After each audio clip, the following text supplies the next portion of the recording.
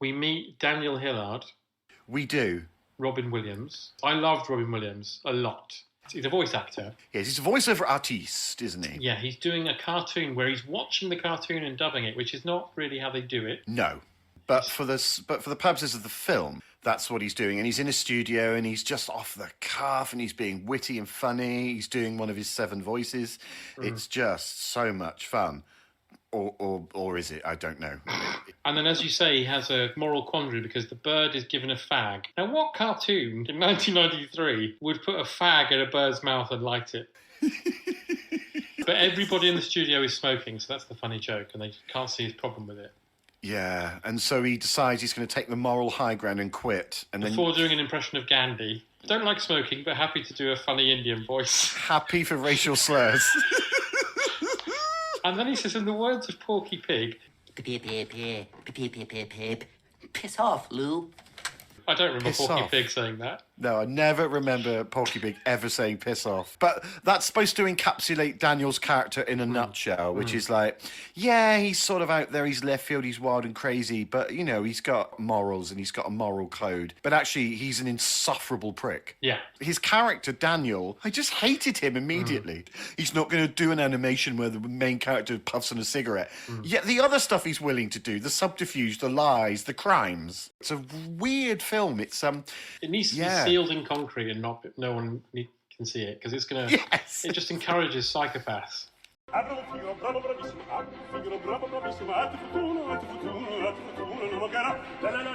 He demonstrates how awful he is by picking up his kids from school, and then he says, "We're going to give you a party," to the oldest kid, and the oldest kid says, "Well, no, Mum says we can't do that because my report card was really bad," and he says, "Forget what your mum says." Yeah, I want to do what I want. Yeah, a bit of a red flag there. Yeah. And so the kid's like, a fucking zoo.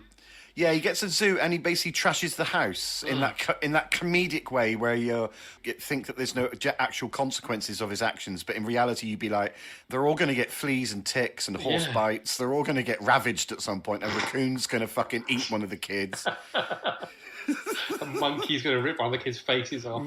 Monkey's going to start masturbating on the twins. And all the while, Robin's just going, hey.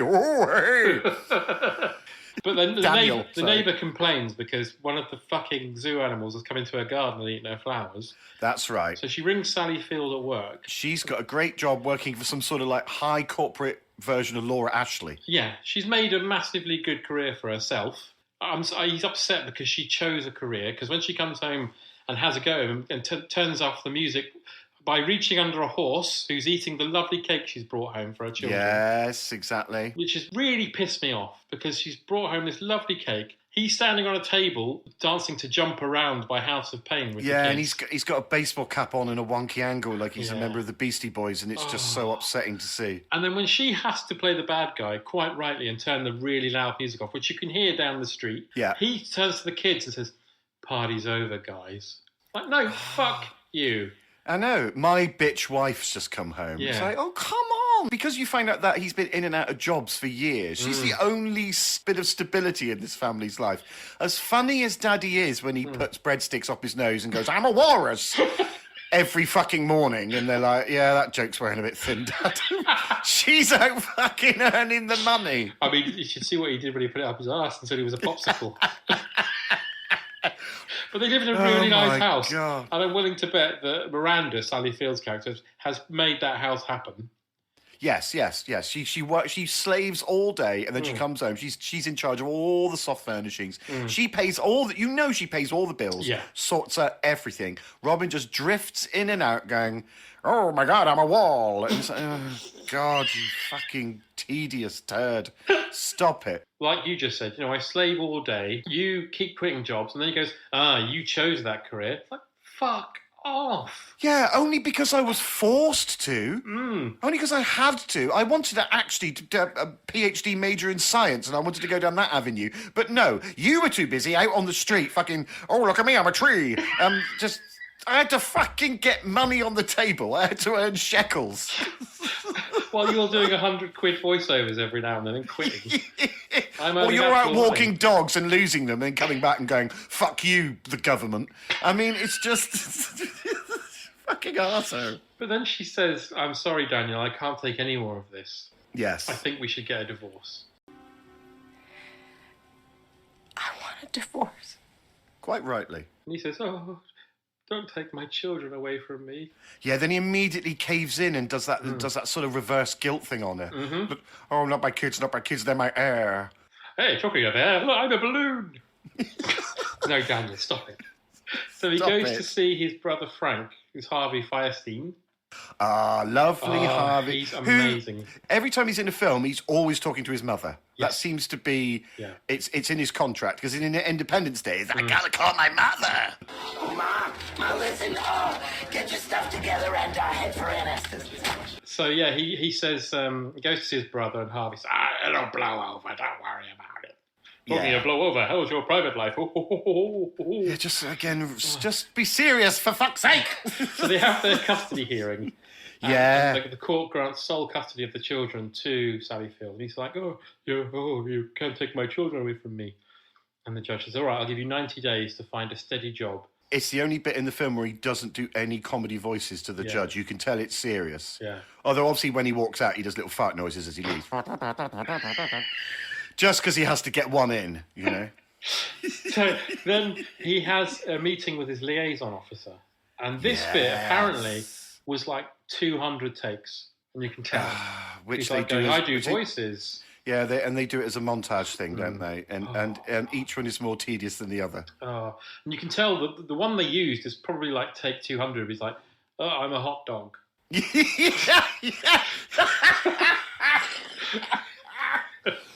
So then he gets a job at a TV station. He does, shipping stuff. And he gets an apartment, which he constantly refers to as like, you're supposed to think it's this really horrible apartment, but it's huge. Sally Field, we hear at the beginning that there's a rich guy, basically, who really wants to work with Sally Field. Yes. And she's really flattered by that. And it turns out it's Pierce Brosnan. And he wants to look over her sketches. I bet he bloody does. And he basically, he's loved her for years. They obviously have a history. Yeah. All the way through this, his intentions are honourable and gentlemanly. 100% and pure. Perfectly normal. Yeah.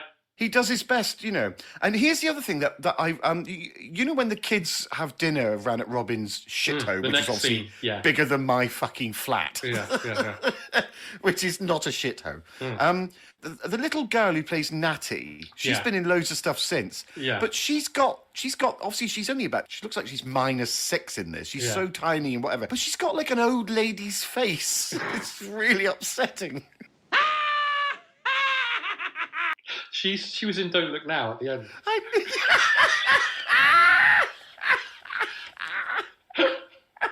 Sorry, yeah.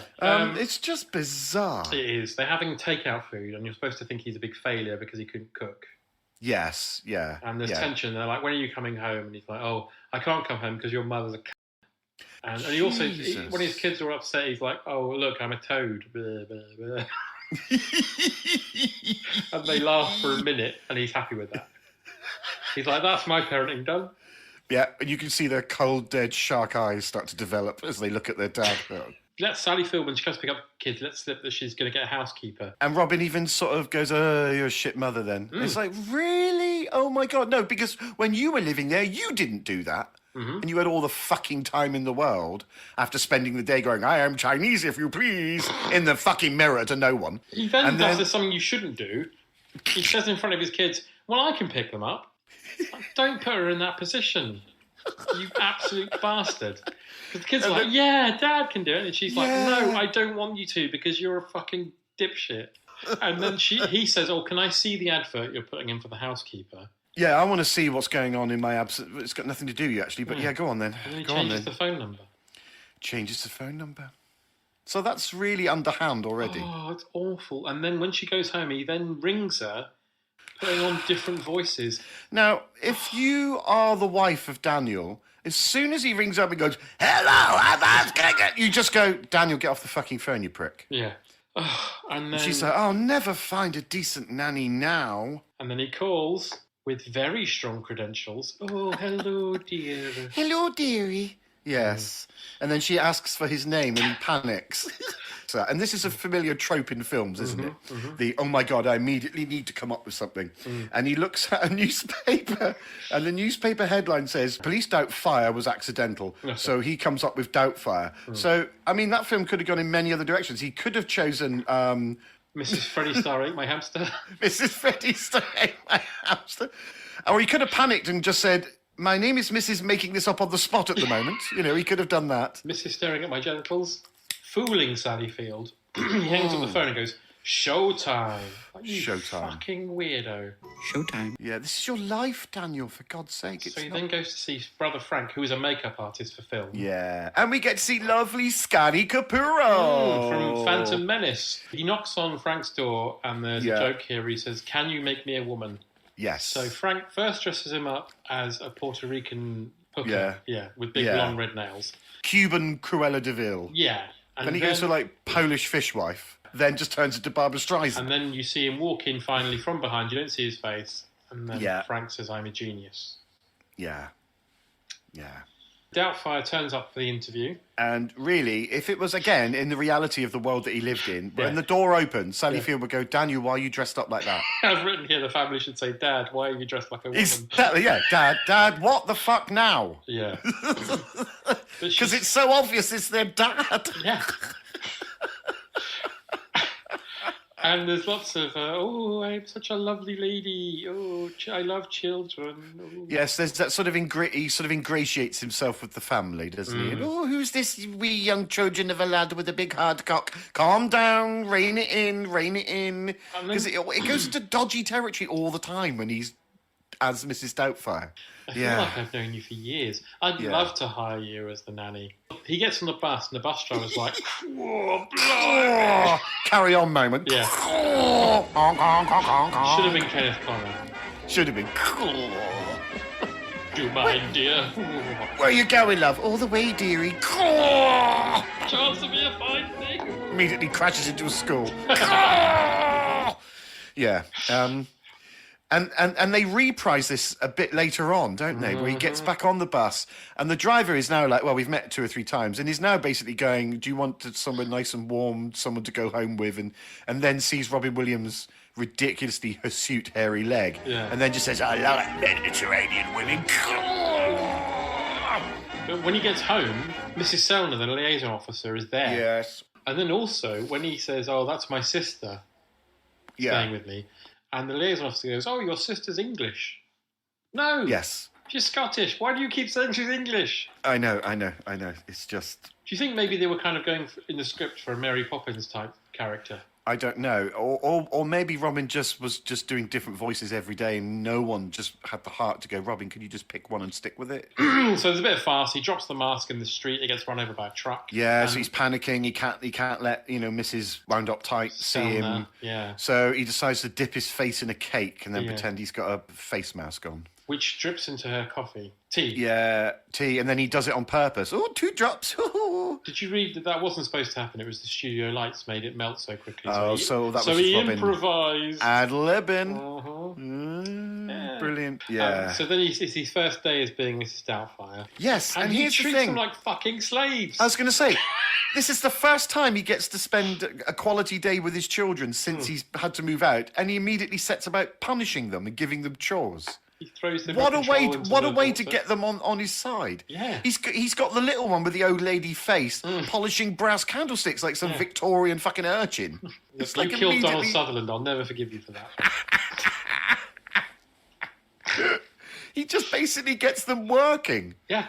While he lies on the sofa and drinks an iced tea. He says homework or manual labour. Jesus. Just put here, do you like these kids or Are you upset because you haven't got enough time with your kids psychologically and physically torturing them? And then when is that what this film's all about? It is. Because when they walk upstairs, one of them goes, I miss Dad. And he murmurs to himself, I'm here, guys. It's so horrible. And then when he's making dinner, he burns his tits off. Yes, he realises that...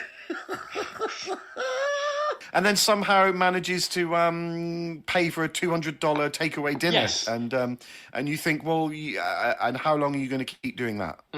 And also, it doesn't actually look very nice. It looks like it's all organic hummus and cut radishes and stuff, and like artichoke hearts and stuff. It's just, ugh. Sally Field's very impressed, obviously. And then we get the montage to Dude Looks Like a Lady. Dude looks like a lady. Robin Williams just as a woman. Dancing with a Hoover. Dancing with the Hoover. I don't mind the dancing with the Hoover bit. It's quite funny. But then with the sort of rocking out air guitar with the broom, it's just labouring the point. And it's Dude Looks Like a Lady. It's just... Yes, I know. We know. I mean, you wouldn't be surprised if he was a suspect at this point for the Zodiac killings. Because he's in San Francisco. And he's a complete psychopath. And then the next time he comes back to the house, Pierce Brosnan's car's outside. Yeah, beautiful Mercedes. And the first thing that Robbie Williams does, as Mrs. Doubtfire, is rips off the hood ornament. Yeah. And to make it even worse, he gives it back to him. Oh, I just found this on the street, dearie. Yeah, he talks to Doubtfire and says, oh, where are you from? And he says, oh, your accent's a bit muddled. And I've put here, that's putting it mildly 007.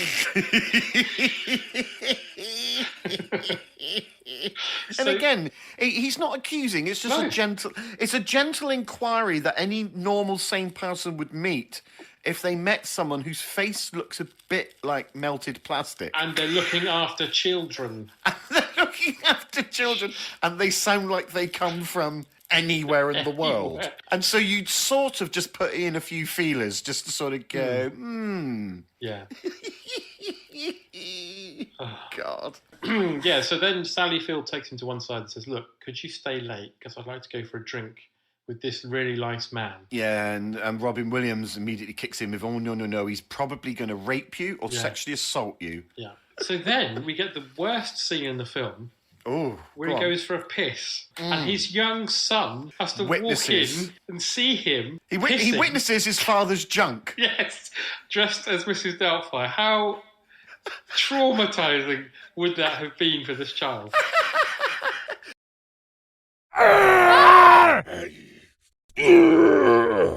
Well, it does traumatize him because a bit later on he has to reveal himself to his children. Yeah. And even the son is like reluctant to hug him. He's like, I need to process a lot of shit now, Dad. I get it. It's a guy thing. It's like, no, I've just seen your cock. I've just seen your cock, Dad. Urinating. It's the first time I've seen your cock and you haven't given it a funny voice. I'm processing. So even the son's like, you're fucking odd and I don't want anything to do with you for a bit. And he hugs the girl as well. It's like, you haven't washed your hands either. Yeah. And again, psychologically wrong. Oh, yeah. He says, make the children complicit. Yeah, he says, don't tell your sister because she'll blab. Yeah, she'll give the game away. Like, fucking hell. Yeah, or she might scream and actually commit suicide. Yeah. But she finds out that Mrs. Doubtfire is her dad. And then the next scene, Pierce Brosnan, very kindly and lovingly, invites them to his exclusive club. Isn't that, again, super accommodating? And we've missed just a tiny bit that happens before that, and it's not important, but it's so important in this movie because it does movie logic, is you get a little bit of Robin in between the scenes doing his dreary day-to-day life, which doesn't seem that bad. He labels film cans and just ships them around. And then he wanders onto a set where this man is doing a program about dinosaurs and he's really boring and everyone's yawning. And then Robin ad-libs and is hilarious and then goes, which arsehole made this? And this guy goes, I made this. And he's like, hey, you're a funny guy. I might try and give you an amazing opportunity really soon. Who then you find out turns out to be some weird, drunken pederast who's just interested in fucking call girls. But at the swimming pool, he sits there and just goes, this is beyond obsession. Yeah, and then starts drinking a pint and belching to remind us that it's a man. Yeah. And then a lady in a bikini turns up at the bar. Yeah. And he gives her the eye like, whoa. Yeah. It's just like, oh, God. It's just horrible. Well, he overhears Pierce talking to his friend at the bar. And his friend says, who's that? And he goes, that's Sally. And he's like, oh, what, Sally from the old days? He says, yeah. And then he says lovely things. He says, oh, she's got kids. Isn't that a bit of baggage? And you're expecting Pierce to go, yeah, I'll get rid of the kids. No, and he goes, no, I'm approaching 40. I need to sort my life out. The kids are absolutely charming and amazing. I love those kids. The little girl's just an absolute diamond. I'm going to do my best to try and hopefully establish some love and trust. And Daniel is seething. And then he overhears... How dare he? And then Daniel overhears him say, well, the father's a bit of a loser, sadly. He is. As soon as Daniel hears that, you know there's a million Morrissey songs going on in his head of self-loathing, doubt and anger. So he decides, F it, I'll throw citrus fruit at James Bond. Yeah. So then the next day he goes to work early. Yeah. And then he starts doing what you were talking about. Hi, I'm T-Rex with the... I eat wood. it. And again, all that. It's just silly voice and pop culture reference. And then just do 20 of them really quick and hopefully one will land. But what he doesn't know is the station CEO... Jonathan Lundy, yeah. Oh, where can the guy get a fucking a drink round here? He's watching him and he goes, this is really good. We should have dinner together and to discuss plans for doing a show. He says, I'll tell you what, meet me Friday night at 8 at Bridges Restaurant. Yeah, Brilliant. I'll do that. Can't wait. I'm going to finally get my first step on the career ladder and have a proper job. I can get my kids back and start psychologically torturing them again. So then he goes back to the house as Mrs. Doubtfire, and Sally Field says, I'm trying on dresses, lovely dresses, what do you think? No, not that one, dear. You look very slutty. And then he offers her a dress that covers up her entire body. True. And then she asks the kids, and the little old lady girl says, oh, you should wear the black one. The reason I want this dress is because Stu is having a birthday dinner at this wonderfully lovely restaurant called Bridges. He wants to take the Ho family, and actually he's even said, would you like to come as well, Mrs. Doubtfire? That'd be really nice. What a perfectly normal, lovely thing to do. But it's at the same time as his meeting with the sex maniac, head of the sex maniac, TV call station. girl, obsessed, functioning alcoholic children's TV show producer. Also, don't they have dinner at his flat again, but he's made a wonderful dinner. And now the flat looks impeccably beautiful. And Sally Field turns up and says, oh, have you got a cleaner? And he's like, no. No, I did that. So, well, yeah, you should have. Yeah.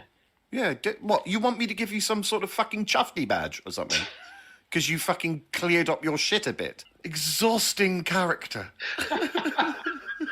And now we move to the bit of, which is, this is like the fulcrum of the whole film, isn't it? This whole thing is nearly 25 minutes, and it is so mind-numbingly tedious and stressful to watch. Robin Williams has to be Daniel and Mrs. Doubtfire in the same room and find out comical ways of going from table to table without being seen by either party, and it's exhausting. Oh, did I miss anything? Be back in a flush, all right? Mr. Lundy. Oh, hi. Double Chivas on the rocks. Double Chivas on the rocks. Excuse me for a moment. Tell him to puree the salmon, if you will. Puree the salmon. Come on, go get him. But also, exhausting. he tries to kill Pierce Brosnan. He tries to kill him. Yeah, he finds out he's allergic to pepper. Obviously, badly allergic to it. Yeah, So he goes in the kitchen doesn't and even put like a little sort of like No. comedy Italian pepper grinder thing. He puts like fucking half a ton of cayenne pepper on his shrimp, and then he keeps going back and forth to tables, but he's getting drunker and drunker. And then he finally arrives back at the table dressed as Mrs. Doubtfire. He's got mixed up, so he sits in front of his new boss to be as Mrs. Doubtfire, and the guy's like, "What the hell are you doing dressed like that?" And then I almost thought he might go, "God, you're a wonderful lady," and just starts dry humping Daniel over the table. But no, that doesn't happen. He then says, this is my idea for the show. Yeah, now, earlier on, the boss just saw Robin just riffing, being funny with, I would, and then he decides to sort of go, no, this is my idea for a TV show, a really twee, nice old lady. And I would have gone, no, I like the stuff you were doing before. Yeah. That was really good. Yeah. If you're going to do it as this, no fucking show, mate. No, I'm not doing it. Because we do see the end result at the end of the film. We do. And the end result is shit. Yeah, it is. It's not a very good show. No, it's not. It's not Pee-wee's Playhouse, is it? It's Thora Hurd's Playhouse.